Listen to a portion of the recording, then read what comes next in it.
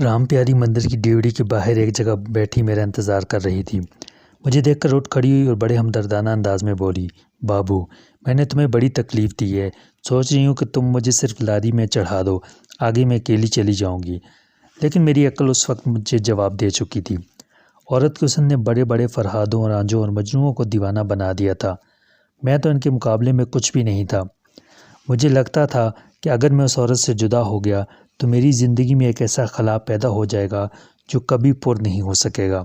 मैंने फ़ौरन कहा, नहीं नहीं राम प्यारी जी, तुम्हें अब मंगला तक छोड़ कर आऊँगा। ज़माना बड़ा ख़राब है, तुम्हें अकेली सफ़र नहीं करना चाहिए। आओ मेरे साथ। हम क्राउन बस के अड्डे पर आ गए, जो ज़माने में गड़ी शाहू के चौक में हुआ करता था। दिन काफ़ी निकल आया था। थोड़ी देर इंतज़ार करने के बाद हमें जहलम जाने वाली लारी मिल गई।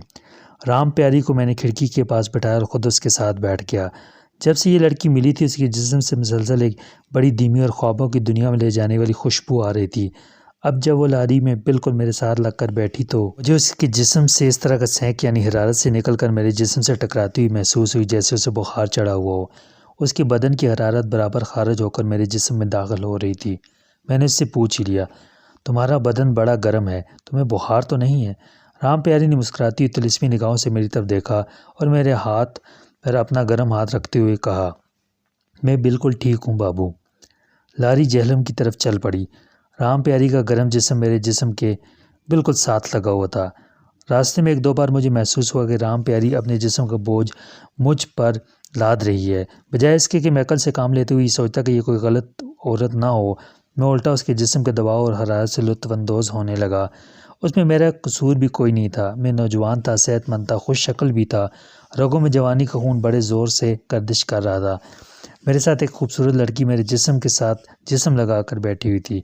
मेरी मत न मारी जाती तो और क्या होता। दोपहर से ज़रा पहले लारी जहलम पहुंच गई। मुझे भूख लग रही थी। बसों के अड्डे के पास ही एक छोटा सा रेस्तोरां था। मैंने राम प्यारी से कहा, मेरा ख्याल है यहाँ कुछ खा पी लेते हैं। लड़की ने मुस्कुराती हुई आंखों के साथ मुझे देखा और बोली, जैसे तुम्हारी मर्जी बाबू। ये लड़की इतनी खूबसूरत है कि जो कोई करीब से गुजरता है उसे निगाह भर के ज़रूर देखता। कांसी रंग की साड़ी में उसका हुस्न और ज़्यादा निखर आया था। हम रेस्टोरेंट में बैठ गए। मुझे मालूम था कि बाज़ हिंदू लोग गोश्त से परहेज़ करते हैं और सिर्फ तरकारी ही खाते हैं। ऐसे लोग हिंदुओं के वैष्णो फ़िरके से ताल्लुक़ रखते हैं। मैंने लड़की से पूछा, तुम्हारे लिए कौन सी सब्ज़ी मंगवाऊँ? वो हंसती मुतरन्नम आवाज़ में बोली, मैं गोश्त बड़े शौक़ से खाती हूँ। मैं मॉडर्न ज़माने की लड़की हूँ। मैंने भुनी हुई मुर्ग की 2 प्लेटें मंगवा लीं। साथ तंदूर की रोटियां थीं, सलाद भी मंगवा लिया। हम खाना खाने लगे। मैंने महसूस किया कि उस लड़की को वाकई गोश्त खाने का बहुत शौक़ था। वो इस तरह मुर्गी का गोश्त खा रही थी जैसे उसे बड़े अरसे बाद गोश्त खाना नसीब हुआ हो। खाने के बाद हम चाय मंगवा कर पीने लगे।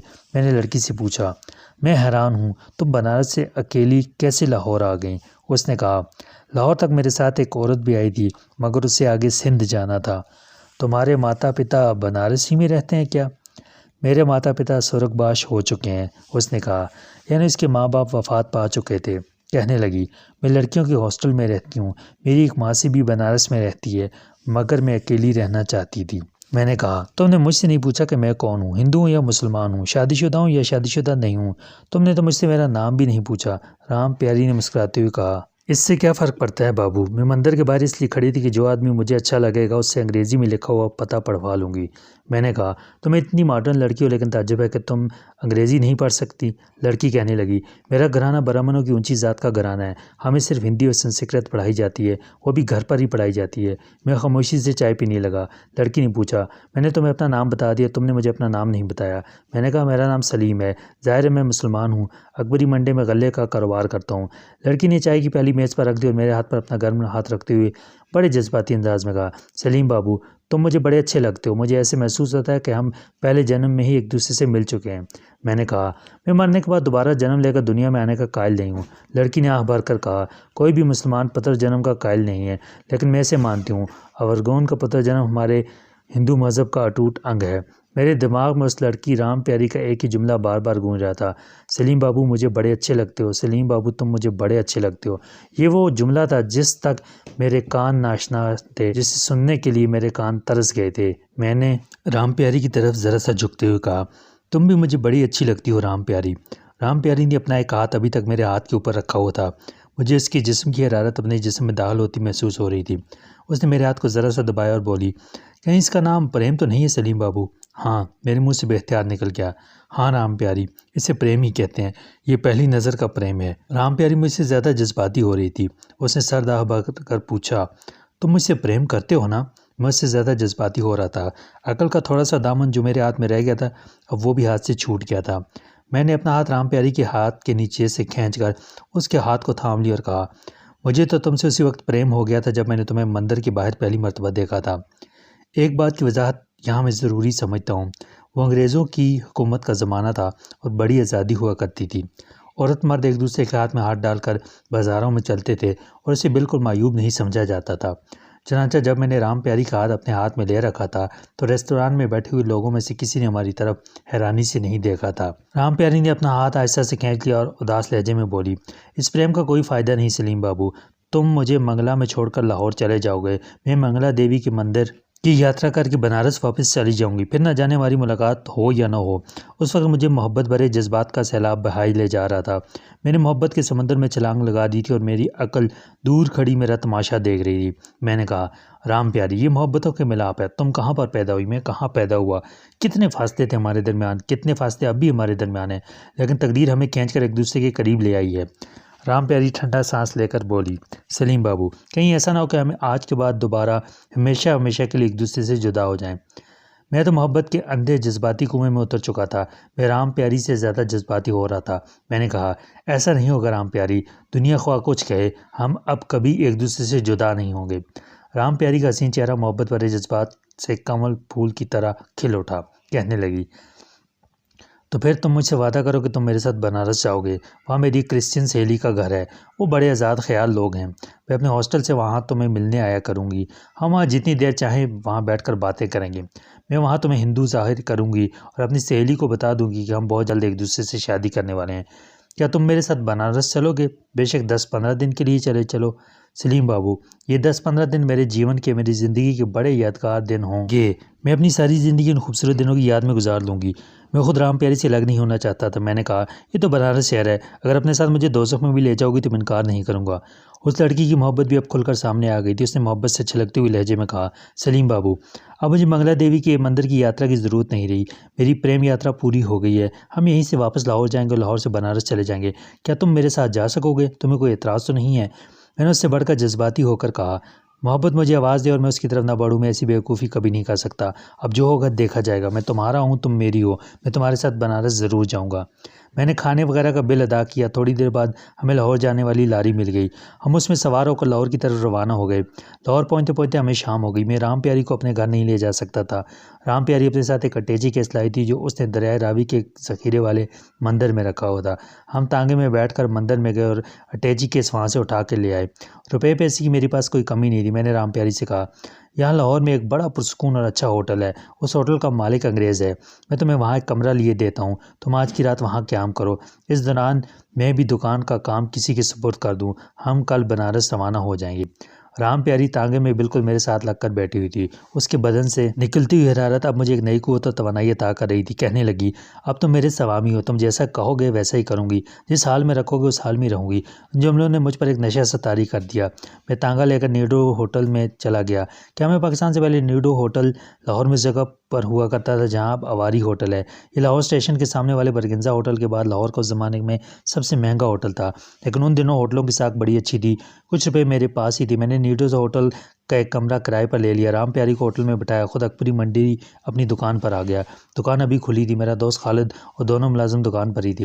मैंने खालिद से कहा, मुझे एक ज़रूरी काम के सिलसिले में कराची जाना पड़ गया। हो सकता है मुझे वहाँ कुछ दिन लग जाएँ। तुम पीछे कारोबार की देखभाल करते रहना।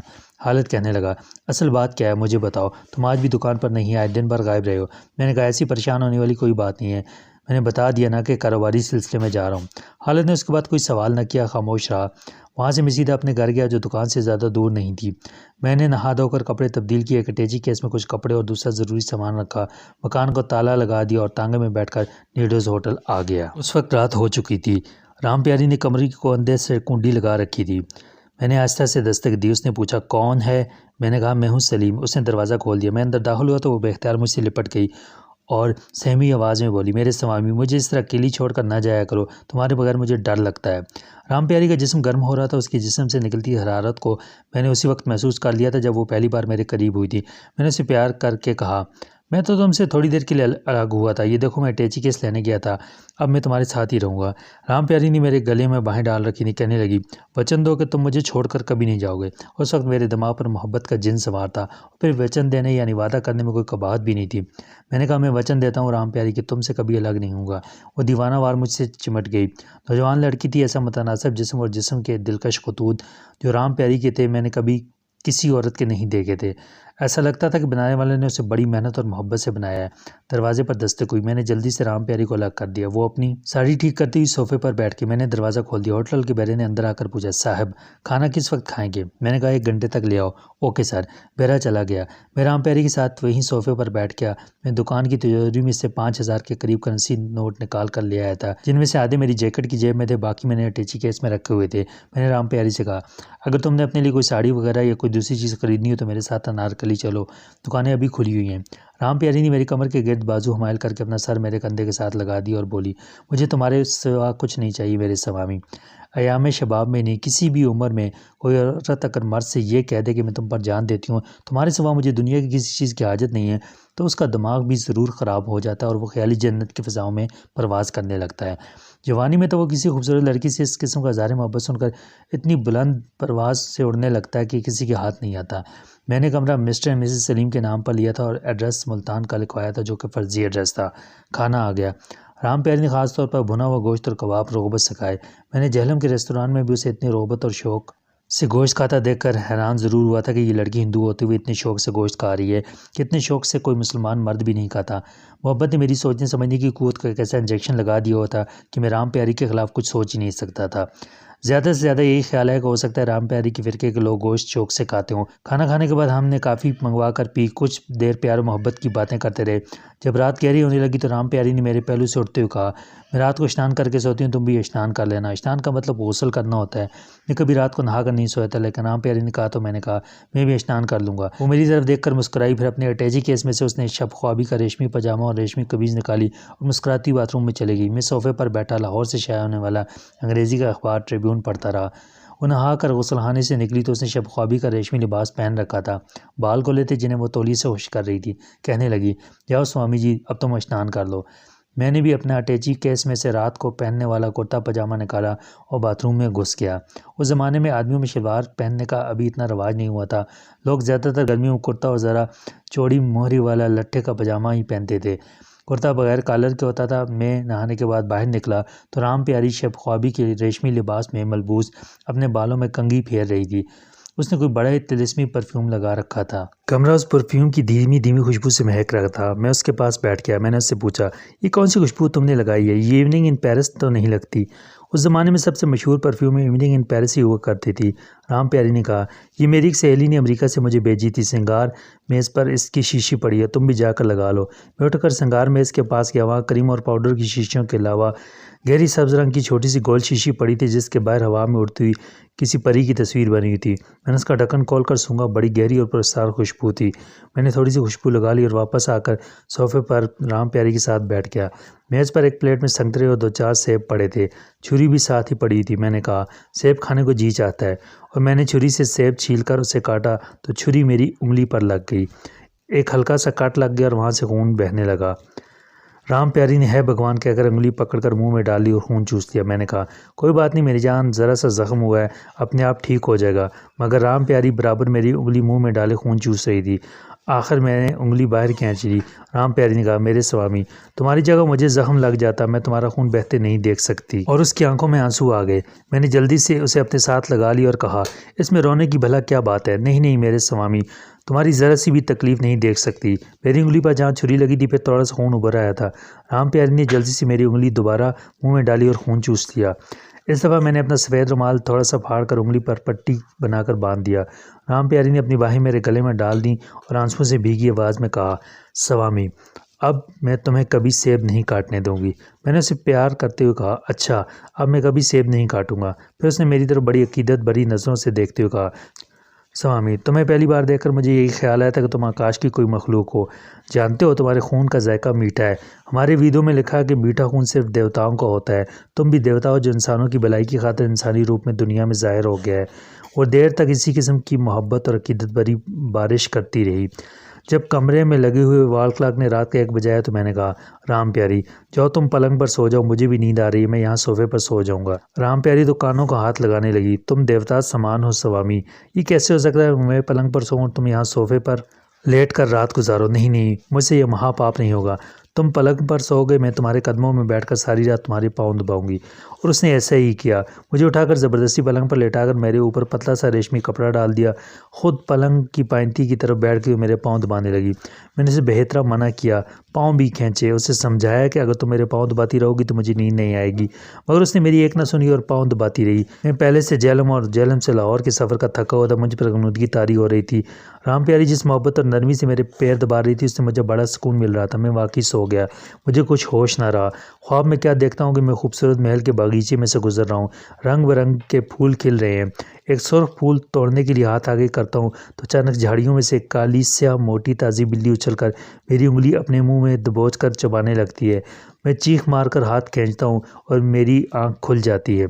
आंखें खोलती मैंने देखा कि कमरे की बत्ती जल रही थी और राम प्यारी साथ लेटी थी। उसने मेरी जख्म वाली उंगली मुंह में डाल रखी थी। मैंने हाथ खींच लिया। ये क्या कर रही हो राम प्यारी? राम प्यारी मेरी उंगली पर साफ कपड़े की पट्टी लिपेटते हुए कहने लगी, स्वामी, तुम्हें तो पता नहीं था, तुम्हारी उंगली से फिर खून बहने लगा था। मैंने पट्टी कर दी है, कल तक आराम हो जाएगा।